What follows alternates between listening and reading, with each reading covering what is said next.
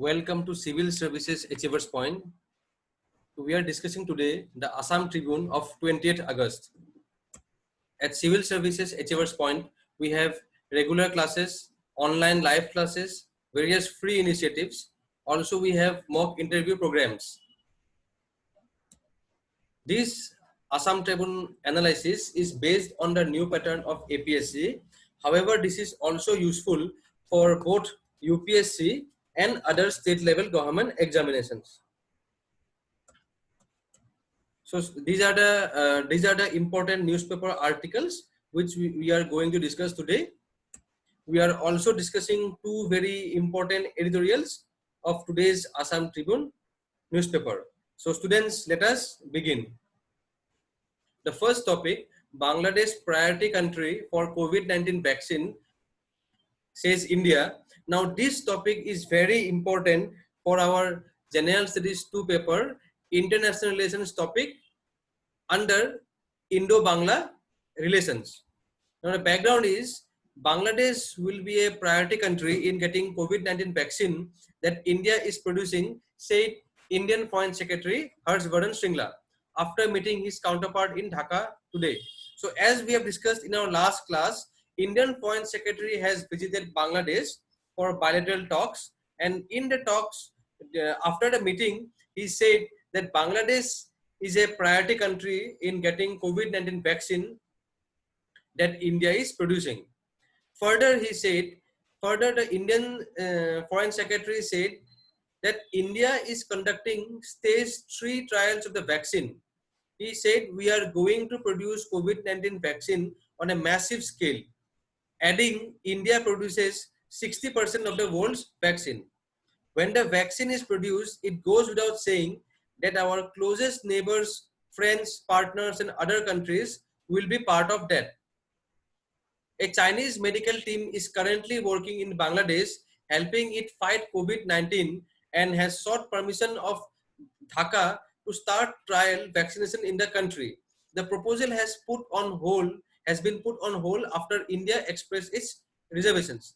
As students will recall, last week we discussed that China has requested Dhaka for trial vaccination in their country. However, the proposal has been put on hold after India expressed its reservations. On Tuesday, Shringla called on Bangladesh Prime Minister Sheikh Hasina. Sources said the meeting was successful and Dhaka expressed its appreciation at the gesture in sending someone to touch base, convey message, and see how the two sides could take their relationship forward. So it is a part of the Gujarat doctrine. The Gujarat doctrine is a very important doctrine in our international relations from India. As per this doctrine, we should not treat the smaller countries of India's neighborhood as big brother. India should not be the big brother and rather treat every neighboring country as equals. So here the say that sources has confirmed that the meeting was successful and Dhaka has expressed its happiness or appreciation at the gesture that India has sent someone to convey the message and to see how the two sides could take their relationship forward. Hasina expressed her gratefulness over the supply of locomotives by India. Also, students will remember that India has sent trains or locomotives made in India to Bangladesh. During the meeting, several other issues were also discussed.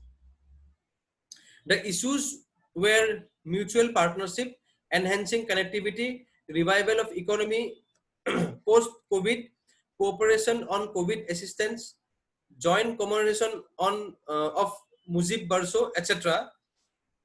Sources said. A proposal on travel bubble for business, official and medical travel was also discussed in the meeting, as were the security related issues of mutual interest. So various proposals were discussed, like travel air bubble. We know travel air bubble is a bilateral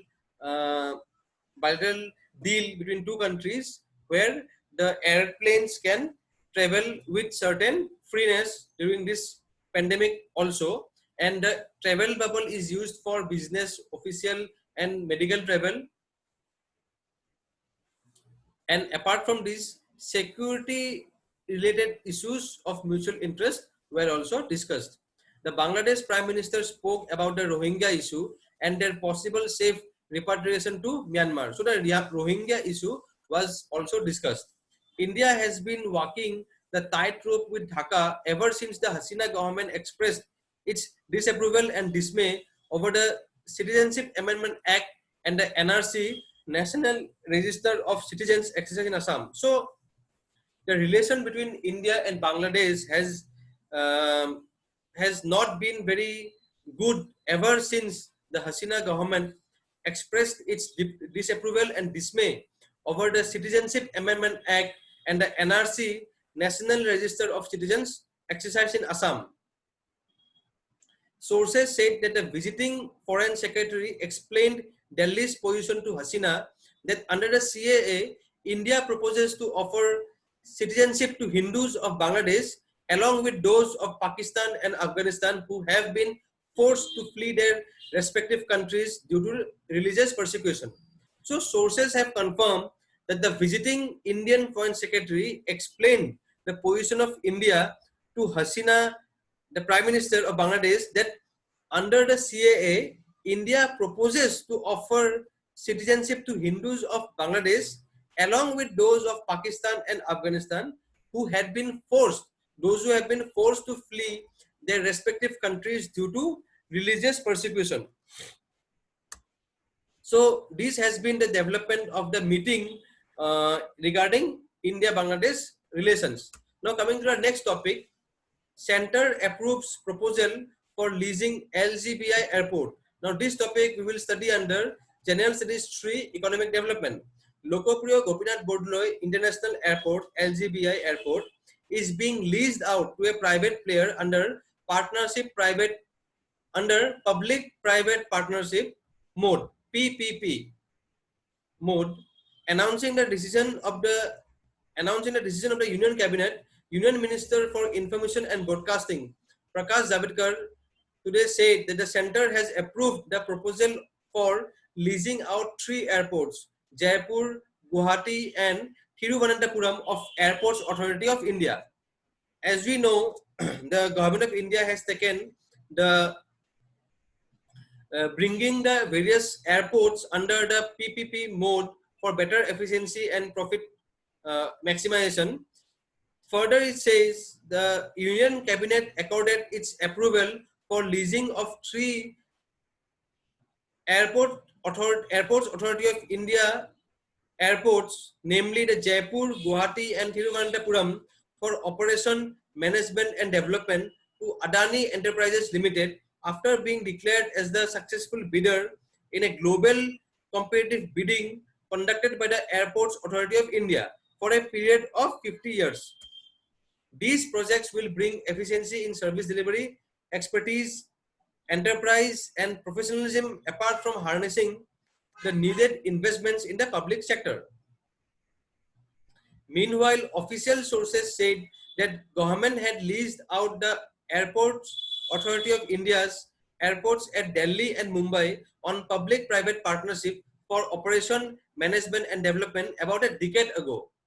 Revenue received from PPP mode enabled the AI to create infrastructure facilities in Tier 2 and Tier 3 cities and also to upgrade the airports to international standards. So the ministry has argued that revenue received from PPP mode enabled the Airports Authority of India to create infrastructure facilities in Tier 2 and Tier 3 cities and also to upgrade the airports to international standards.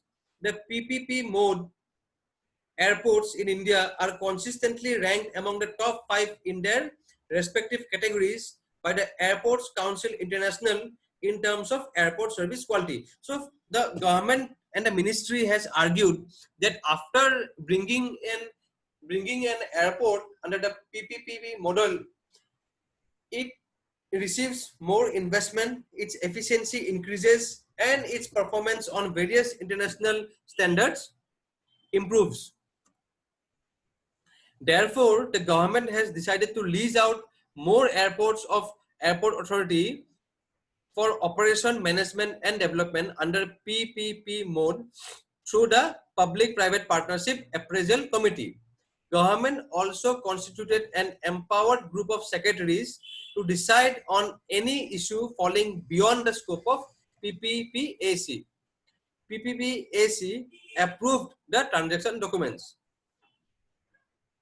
The entire bidding process for the airport was carried out under the supervision and directions of the empowered group of secretaries, which comprised of representatives of Niti Aayog, Department of Expenditure, and Department of Economic Affairs of Ministry of Finance.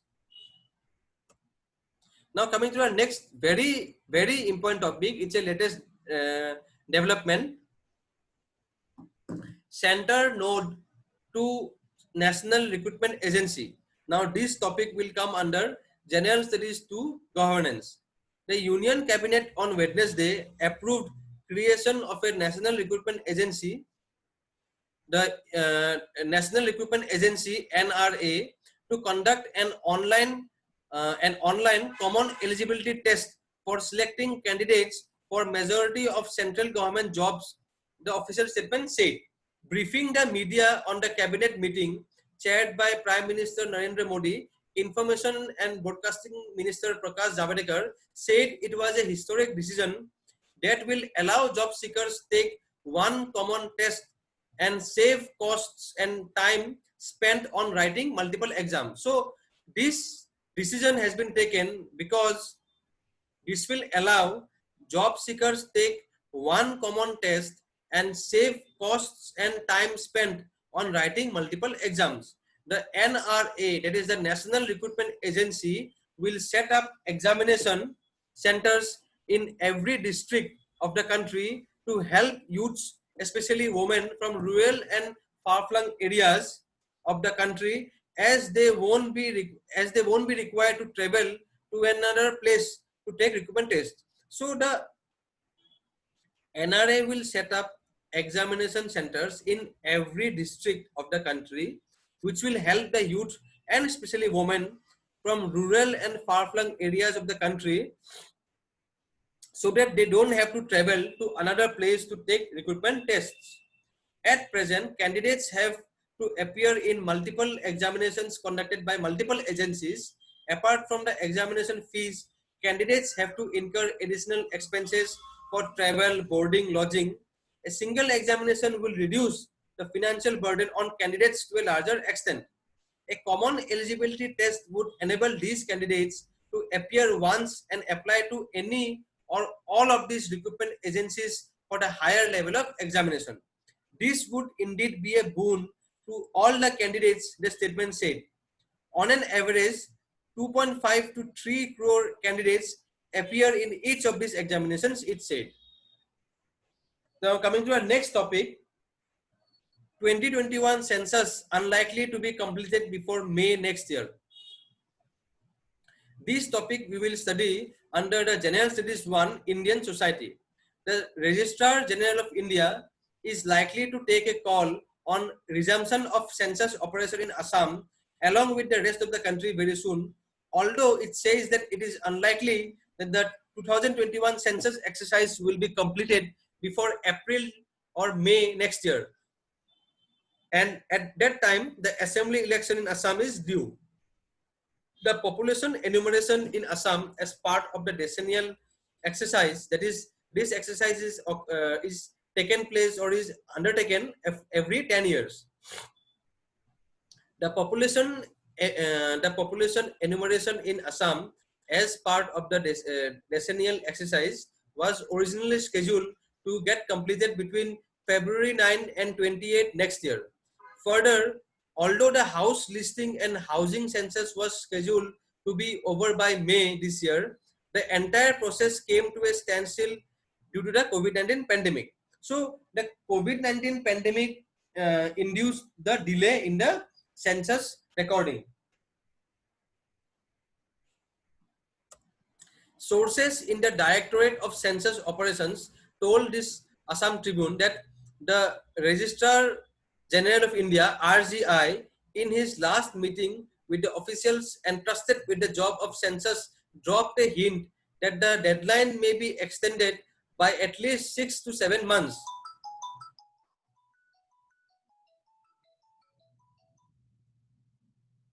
Sources informed that nearly 1.5 lakh personnel will be engaged across the state for the world's biggest enumeration exercise. In Assam, although we have completed training for on-field personnel, door-to-door counting along with training for enumerators or supervisors could not even get started due to the pandemic. The government of India is expected to take a decision soon on this front, after which the RGI will get in a discussion with all the stakeholders. From what we have gathered till date, the chances of census report getting published before the assembly election in the state is very bleak. So before the assembly election, there is very less chance that the census report will be published. The census is being conducted under the Census Act of 1948 and Census Rules 1990. The exercise is done in two phases: house listing and housing census, and population enumeration. This would be for the first time in the 140-year history of census in India, where the data is proposed to be collected through a mobile app. So technology-based governance, this is an example of technology-based governance. Now coming to a very important topic, center relaxes working capital norm for discoms to get loan rupees 90,000 crore liquidity infusion scheme. Now this topic we will study under General Studies 3 Economic Development. The center today approved a proposal to give one-time relaxation in working capital limit norm for discoms under the usual discom assurance yojana, that is the popularly known as UDAY scheme, to get loans as part of the rupees 90,000 crore liquidity infusion scheme. After the cabinet meeting, the union minister in a press conference said power sector is in a problem. There is a slump in power consumption. The bills are not being collected by them. PFC and REC have been allowed to give loans above the limit, more than 25% working capital limit. This will increase liquidity of the state discoms, that is the cash availability. The working capital limit is 25% of last year's revenue. Now the limit is relaxed. According to an official statement, the Cabinet Committee on Economic Affairs, chaired by Prime Minister, has approved a one-time relaxation to Power Finance Corporation (PFC) and REC Limited for extending loans to discoms above limits of working capital of 25% of last year's revenue under UDAY scheme. One-time relaxation will help in providing liquidity to the power sector and ensure payments by discoms. It further added, the COVID-19 outbreak and consequent national lockdown have exacerbated or increased liquidity problems for the power sector. Revenues of the power distribution companies have nosedived or decreased as people are unable to pay for the electricity consumed, while power supplies, being an essential service, have been maintained. So why this relaxation is given? Because revenues of the power distribution companies have decreased because people are unable to pay due to various job losses and income minimization due to national lockdown.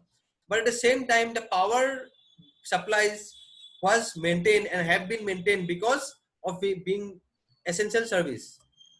Energy consumption has decreased substantially. The liquidity of the power sector is not expected to improve in the short term, as economic activity and power demand will take some time to pick up. There is thus an immediate need to infuse liquidity in the power sector for the continuation of power supply. Finance Minister Nirmala Sitharaman had in May announced the 90,000 crore liquidity infusion into cash-strapped discoms, that is the distribution companies of power facing demand slump due to the lockdown to contain COVID-19. However, some of the discoms were not eligible for getting loans under the package because they were not meeting working capital limit norm under the UDAY scheme. Under the UDAY scheme, the banks and financial institutions are restricted to lend working capital up to 25% of a discom's revenue in the previous year. The restriction was part of the UDAY scheme approved in November 2015 by the Union Cabinet for the revival of debt-laden utilities.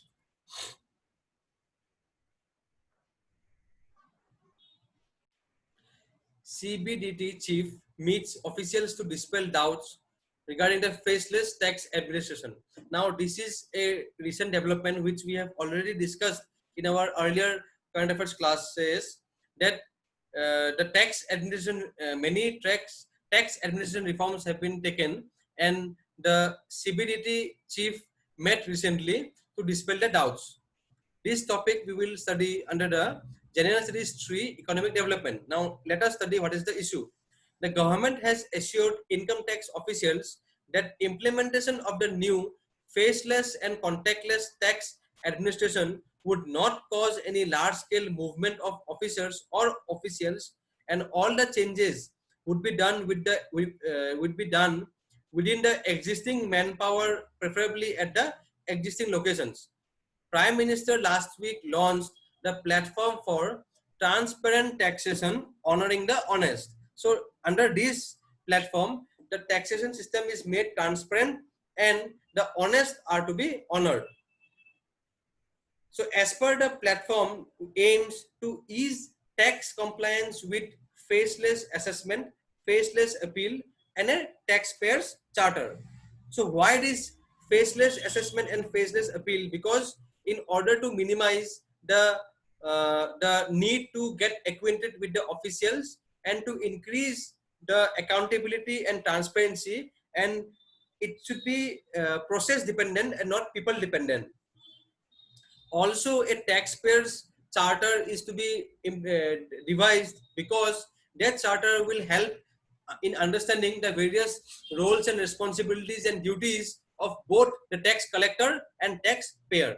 The new system has raised fears that wide-scale digitalization of tax administration may result in scaling down of manpower and job cuts. Because of this digitalization, there may be less manpower required and job may be people removed from their jobs. So this has raised fears among many officials.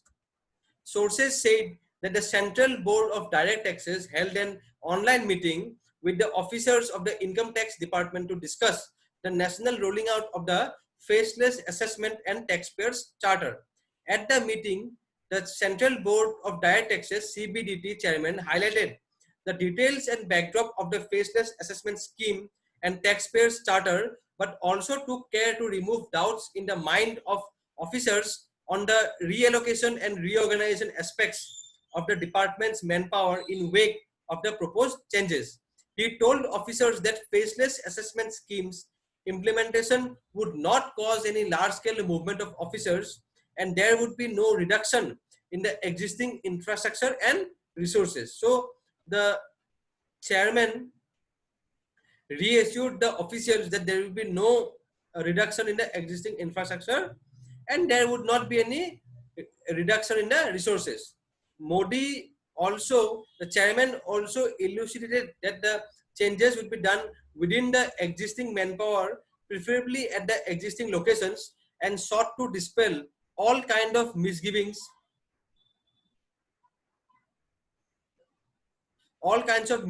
and misapprehensions which may have been reflecting in the minds of the officers and officials of the department with regard to national launch of the faceless assessment scheme.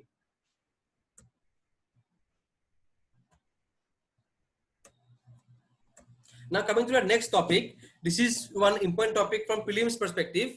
PNB launches Digital Apnayen campaign. This topic we will study under General Studies 3 Economic Development. The nation's second largest public sector lender, the Punjab National Bank, during the celebration of 74th Independence Day at its corporate headquarters, announced the launch of PNB's new and innovative digital campaign, Digital Apnayen. Announcing the launch of the digital campaign, the managing director and CEO of the bank said Digital Apnayen is an initiative to encourage customers to move to digital banking channels for their banking needs.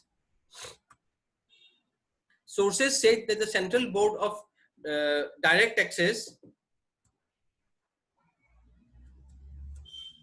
sorry,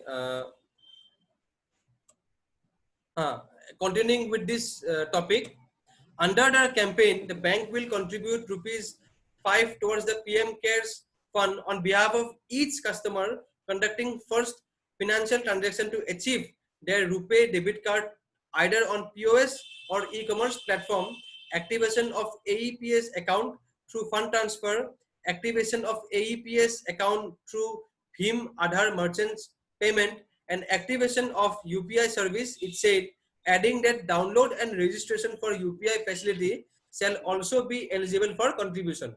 To be effective from August 15, 2020 to March 31, 2021, the campaign is envisaged to encourage customers to use digital channels and participate in the noble cause of donating to PM Cares. So, APSC may easily ask a prelims based question regarding the digital Apnayen, and they may ask which public sector or which bank has launched this app.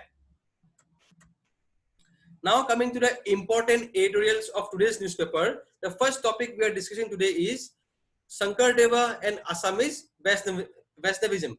Now this topic is relevant from our general studies on Assam, culture and heritage of Assam. This editorial is written based on the Sankaradeva's, Srimanta Sankaradeva's Tiruvap Tithi or death anniversary. Before the introduction of Assamese Vaishnavism by Sankaradeva, the religious environment of Assam was dominated by three popular forms of Hinduism. These were Shaivism, Vaishnavism and Shaktism. Shaivism or the worship of Shiva was widespread and a popular religion of the country. Most of the earlier kings of ancient Assam were Shiva worshippers. Shaivism was prevalent among the Aryan and the non-Aryan tribal population with their own tribal rituals and customs. Animal sacrifices and offerings of wine were commonly practiced. The tradition of Devdasis or dancing girls was also associated with the Shiva cult in Assam. Vaishnavism or the worship of Vishnu was performed through the use of idols and had wide acceptance among the people. Surprisingly, Krishna worshipping remained very insignificant, and it was not the presiding deity of any temple in Assam prior to Sankaradeva. Shaktism, the cult of worshipping a female deity like Kali, Durga, Tara, Kamakhya, etc., was predominant at that time. The worship of Devi Kamakhya on the Nilachal hills at Guwahati was the most powerful cult prevalent in the entire country. The chief scriptures of Assam's Shaktism, the Kalika Purana, was written in the 11th century and the Yogini Tantra in the 6th century. Shaktism was practiced comprising animal sacrifices and other esoteric rituals, including virgin worship. Though the Kalika Purana was written for the glorification of Devi Kamakhya, it eulogized Vishnu as the supreme being and tried to intermingle the two systems. The blending of Shakta rituals with Vishnu worshipping led to the creation of Tantric Vaishnavism in Assam. Apart from these three forms of Hinduism, Vajrayana Buddhism also flourished to a good extent in the region. Vajrayana Buddhism was a mixture of Buddhist thoughts with tantric practices of magic and the erotic. Nathism or the practice of various forms of yoga was prevalent, wherein the teachings of Vajrayana Buddhism were blended with the Hindu way. The intermingling of Hindu with Buddhist tantric cults created a mysterious atmosphere, and Assam came to be known as the land of magic and sorcery. The esoteric practices led to social imbalances and moral decadence. It was during such religious decadence that the greatest ever saint of Assam, Srimanta Sankaradeva, was born. In the 13th century, Sandhya, the king of Kamrupa, ancient Assam, shifted his capital from Kamrupa Nagar to Kamatapur, and since then the kingdom came to be known as Kamrupa Kamata. In our today's Assam history lecture, we have discussed this point, so students will be able to relate to this point. In about mid 14th century, as a result of a treaty between the king of Gaura, Bengal, Dharmanarayan, and the Kamrupa Kamata king Durlabha Narayan, 7 learned Kayastha families and 7 Brahmin families were sent by the Gaura king to the kingdom of Kamrupa Kamata. Their original homeland was Kannauj, and they migrated to Gaura, where when their kingdom was attacked by Muslim invaders. Later, 5 other Kayastha families joined the first group of 7 Kayastha families. These 12 Kayastha families constituted the original Baro Bhuyas or 12 Bhuyas of Assam. They were the ancestors of Sankaradeva and were Shakta worshippers. However, the presence of indigenous Bhuyas and the tradition of Bhuyaship was in vogue much before the arrival of Baro Bhuyas. The immigrant Kayastha families were conferred with the title Bhuya or landlord by the king and were settled at Langera Maguri. Chandivara was the leader of the group and was called the Shiromani Bhuya. Due to frequent attacks by Bhuyas, Chandivara had to change his residence come headquarters from Langera Maguri to Halugaguri and then to Rauta. Chandivara died at Rauta and his son Rajadhara shifted the headquarters to Alipukuri Bordua, Nagaon. At Rajadhara's death, his son Suryavara became the Shiromani Bhuya. After the death of Suryavara, his son Kusumvara succeeded him.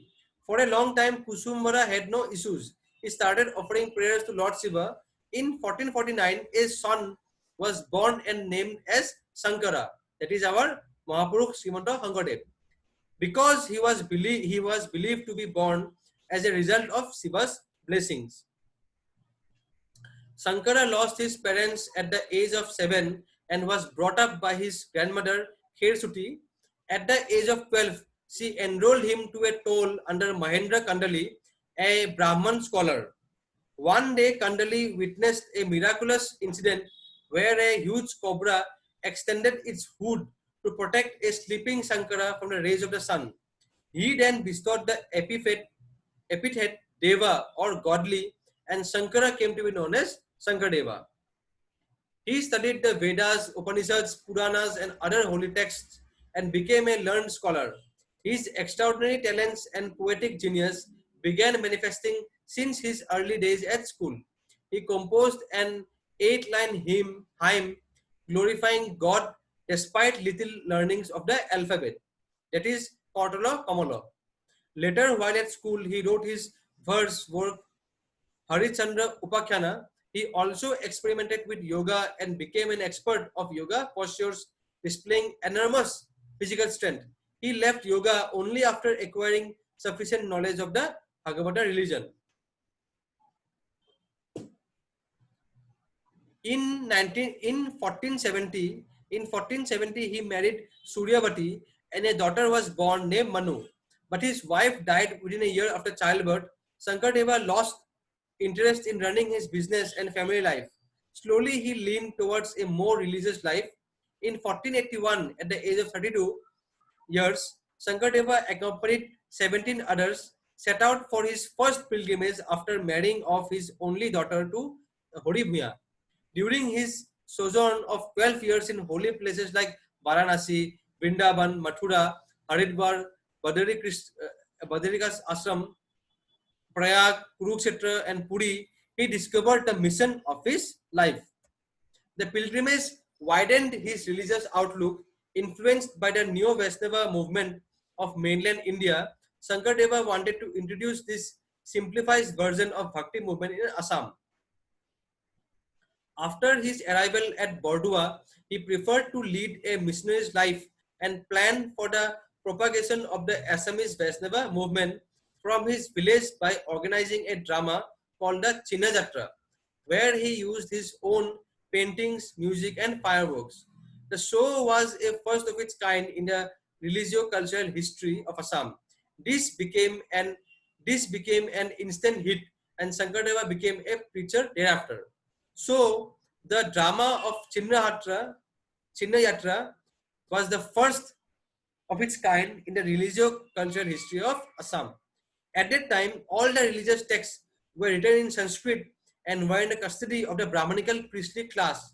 The common people were deprived of its knowledge. Sankaradeva translated the first half of the Bhagavad Purana and a portion of Kirtana Ghosa into Assamese and started preaching in the language of the common people from the Namgar, which is a typical Assamese community prayer hall.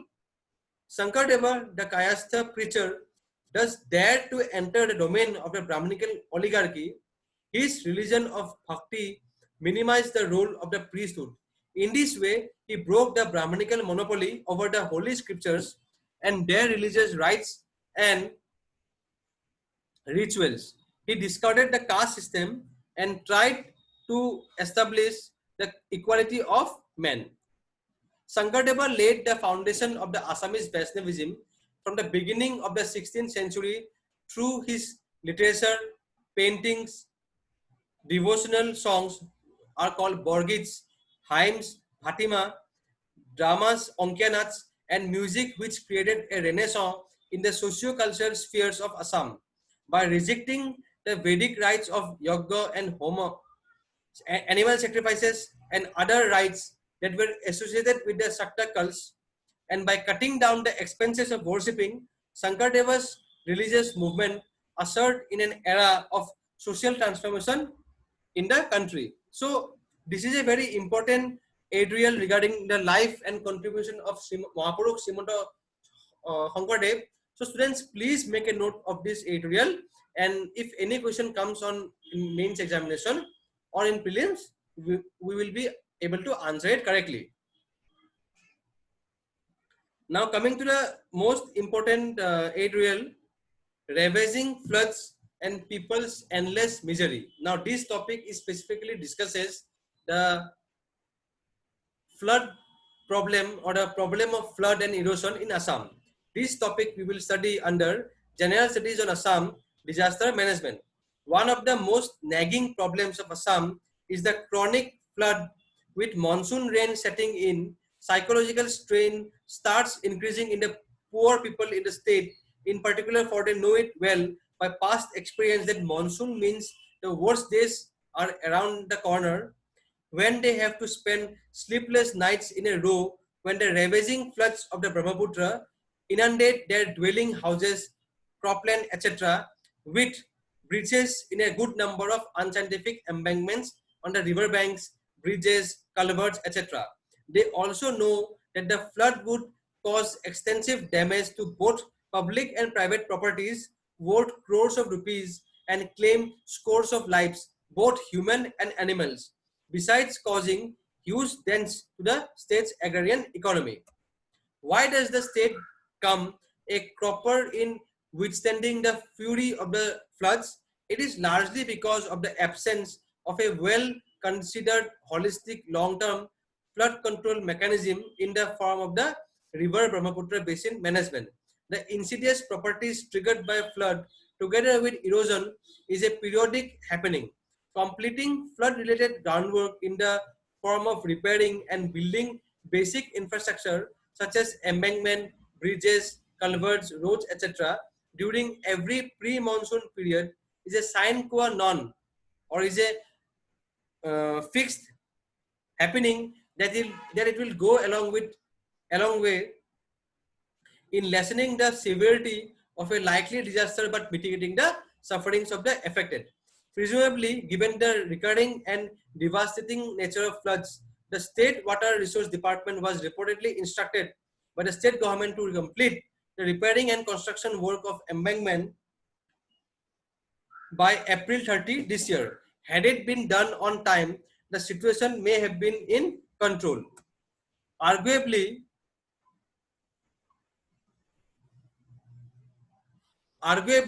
around this time of the current year, Assam has experienced 3 waves of floods. The first wave hit the state in May end.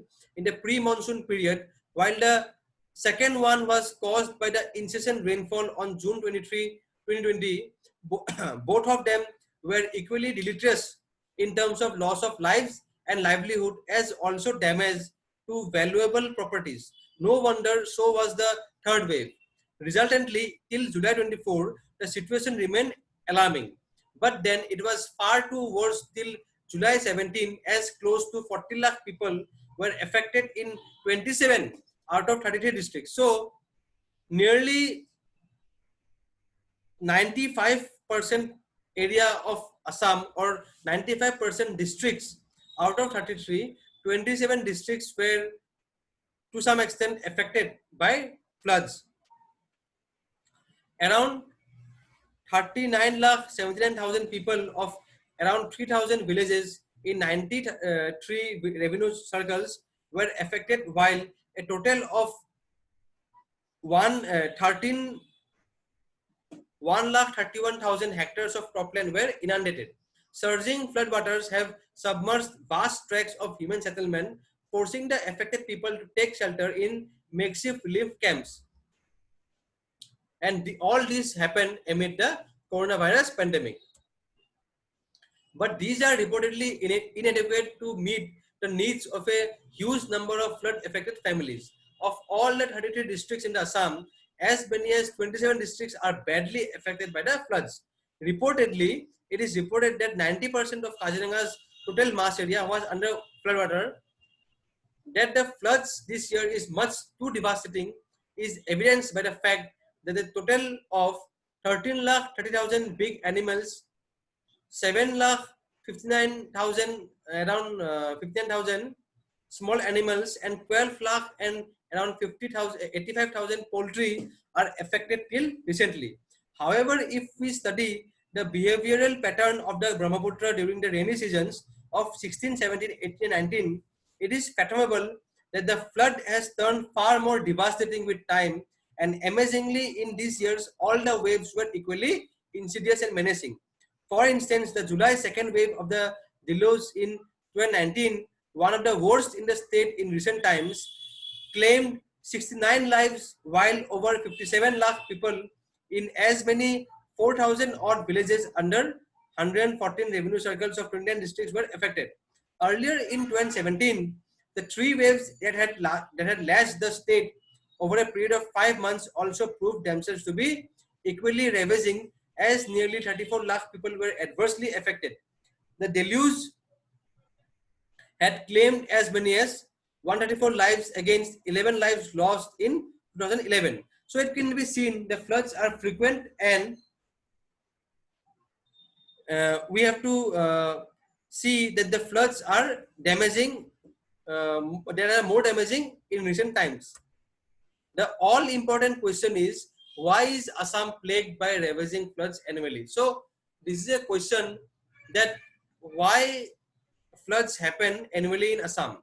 A close study of the recent history of floods in the state helps one to understand a few factors. The main reason why flood happens annually in Assam is the vast amount of sediment that is carried by the Brahmaputra. When the Brahmaputra enters Assam, it piles up enormous amounts of this silt, which leads to floods and erosion in the state. This apart, there are several other natural and man-made factors also, like heavy rainfall, ad hoc and interim nature of embankments in the catchment areas, plus other contributing factors like deforestation, population growth in catchment areas, etc. Indeed, apart from the silt load, this time breaches in embankments can be attributed to the large-scale damage by the deluge. There are reportedly a total of 423 embankments across the state, with 70% of them being ad hoc, unscientific, and having crossed their lifespan. They, as the existing flood control mechanism, are unable to withstand the growing fury of floods and erosion. Embankments are breached along with a number of roads, bridges, culverts, etc. at many places, causing panic among the people. Establishing the vital structures is the immediate need.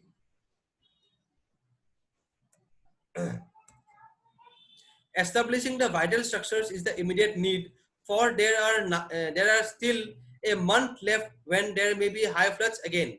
But constructing and strengthening them entail huge amounts of money which Assam as a fund deficit state will be unable to afford. That is probably why Chief Minister Sarbananda Sonowal on July 22 appealed to the Union Jal Shakti Minister G.S. Shekhawat to allocate funds for the purpose. The state government considers dredging up the riverbed to make the Brahmaputra deeper. But the experts argue against this because if done, say this year, it leads to deposition of silt again the following year. It is very expensive too. Notably, since 1954, around rupees 30,000 crore have already been spent towards the endemic flood management in Assam. However, the crying need is finding out a holistic and sustainable solution to the Assam's recurring flood problem through an integrated basin management system in concentration mainly with Arunachal Pradesh and Bhutan to end the sufferings of the people. So in this editorial, many important points have been made. Students kindly make a note of it and use them in any relevant questions asked in examination. So with this, we end our today's Assam Tribune analysis discussion. I hope this discussion helped in understanding various concepts. And students, please revise these topics. At Civil Service Achievers Point, we have various regular offline classes, online live classes, various free initiatives. Also, we have mock interview programs. We are very soon coming up with optional class, ethics class and CSAT class. So students, thank you for watching this video. Thank you.